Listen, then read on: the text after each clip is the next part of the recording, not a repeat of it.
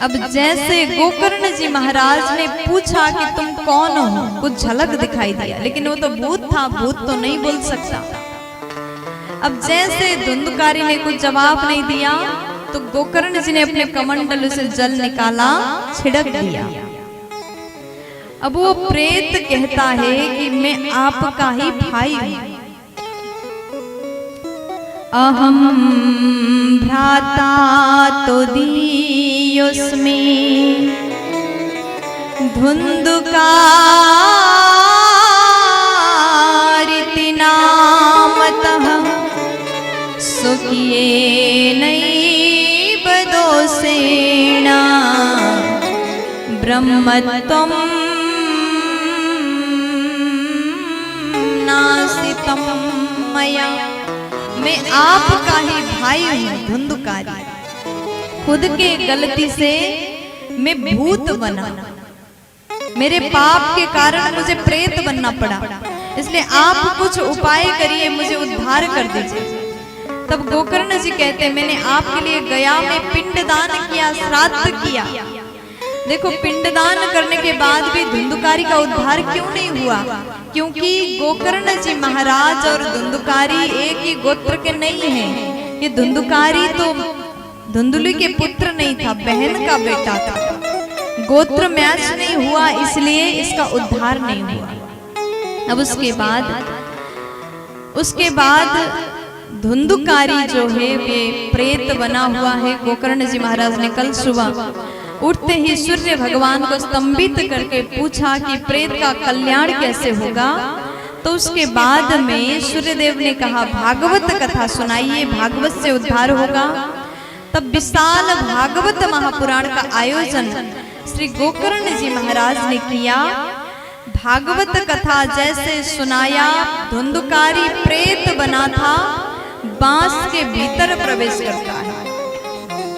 7 दिन की कथा सुनने के पश्चात, 7 दिन की कथा सुनने के बाद धुंधुकारी का उद्धार हुआ। बोलिए भागवत भगवान की जय हो। धुंधुकारी का जैसे उद्धार हुआ, उसको लेने के लिए बैकुंठ से विमान आया। उसके बाद में वहां पर जितने भी भक्त लोग बैठे हैं, सब के लिए विमान नहीं आया।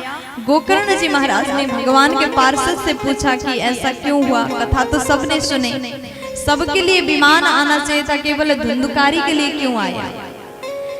तब भगवान के पार्षदों ने कहा कि देखिए गोकर्ण जी, कथा तो एक है, कथावाचक भी एक है, लेकिन श्रवण में भेद था। जितने श्रोता बैठे थे सबने मन लगा करके कथा नहीं सुनी, लेकिन धुंधुकारी जिस कथा को सुनता था रात में चिंतन करता था। आप लोग चिंतन करते कि नहीं करते? नहीं करते? करते हैं। अगर आप कथा सुनने तो आए, एक कान से सुने, पंडाल से जाते ही सब भुला दिए तो फिर इसका फायदा होने वाला नहीं है।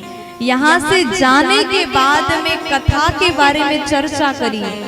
आज हमने क्या कथा सुने और ये कथा का सार क्या है, कैसी कथा हम सुन रहे हैं, इसकी चर्चा करिए। यहाँ से जाने के बाद कथावाचक की चर्चा मत करिए, इससे कोई फायदा नहीं।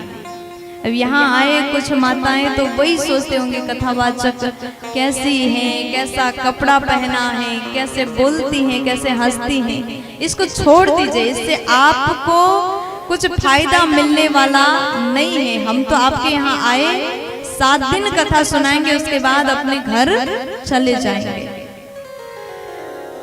जीवन में उपयोगी तो वो कथा है जो कथा हमने आपको सुनाया।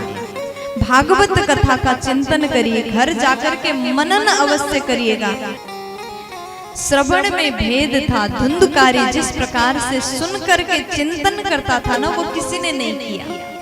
दोबारा एक बार और गोकर्ण जी महाराज ने श्रीमद् भागवत महापुराण सुनाया।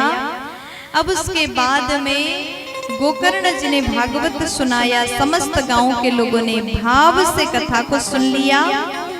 तत्पश्चात सभी के लिए, सबके लिए सुंदर विमान आया।